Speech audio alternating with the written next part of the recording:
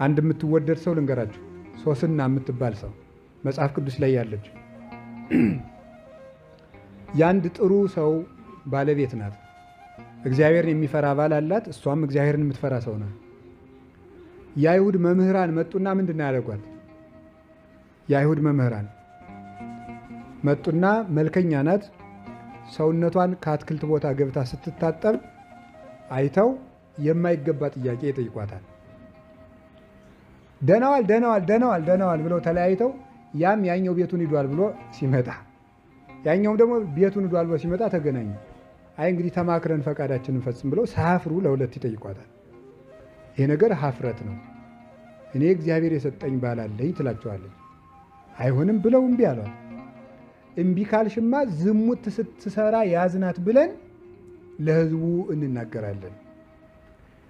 በአይሁድ ስርዓት ደግሞ ዝሙት ስትሰራ የተያዘች ዘንድ ሰው በድንጋይ ትወገራለች። ስለዚህ የእኛን ተሰሚነት ደግሞ ታውቂዋለሽ፣ ስለዚህ ትወገሪያለሽ አሏት። አይ በእናንተ እጅ በእግዚአብሔር እጅ ከመውደቅ በእናንተ እጅ መውደቅ ይሻላል፣ የፈለጋችሁን አድርጉ አለቻቸው። እግዚአብሔር ከሚጣላኝ የፈለጋችሁትን አድርጉ። ተነሱና ስሙ፣ እስራኤልን በሙሉ ሰብስበው በስደት ሀገር ይችን ሴት ከባሏ ውጭ ስታመነዝር አግኝተናታል አሉ።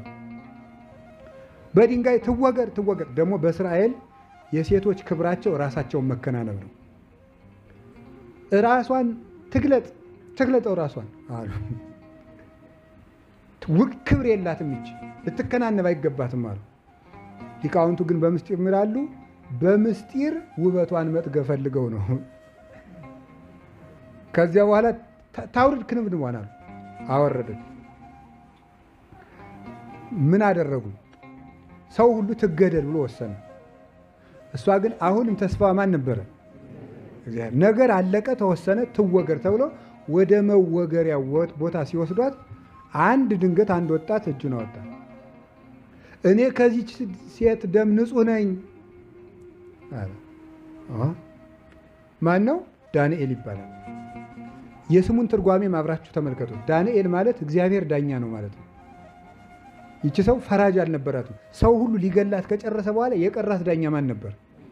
እግዚአብሔር ቀርቷት ነበር። ሁሉ ወስኗል፣ እግዚአብሔር ግን ነበረ። ያ ሁሉ ልብ በሉ፣ ተሰሚ ሰዎች በሚናገሩበት ቦታ እነዚያን ሰዎች ሁሉም የሚሰማቸው፣ እኛን ግን ማንም የማይሰማን በሆን ቦታ የሞት ውሳኔ ከተወሰነ በኋላ ተስፋን መያዝ እንዴት ያለ ከባድ ነው። ተስፋ ግን አያሳፍርም። ዳንኤልን አስነሳ። እንዴ ቆይ እነዚህ ሰዎች እንመርምራቸው መጀመሪያ ተባለ። ለብቻ አደረገና መስቀለኛ ጥያቄ ጠይቃቸው። አንተ ከምን ዛፍ ስር ነው ያለ? ከሾላ። አንተ ሳ ከምንድን ያቸው? ከወይን ዛፍ ስር። ውሸት ለየብቻ አድርጎ ሲጠይቀው የሚቀስፋችሁ መልአክ በፊታችሁ ነው አለ። መልአኩ ሁለቱንም ሰነጠቃቸው። ይገርማችኋል። እነዚህ ሁለት ሰዎች ሁለቱም ለፍላጎታቸው ይፈልጓታል። እምቢ ስላላቻቸው ግን የጠላት ለእኔም ወዳጄ ነው ተስማሙ። ይገርማል እኮ ተስማሙ።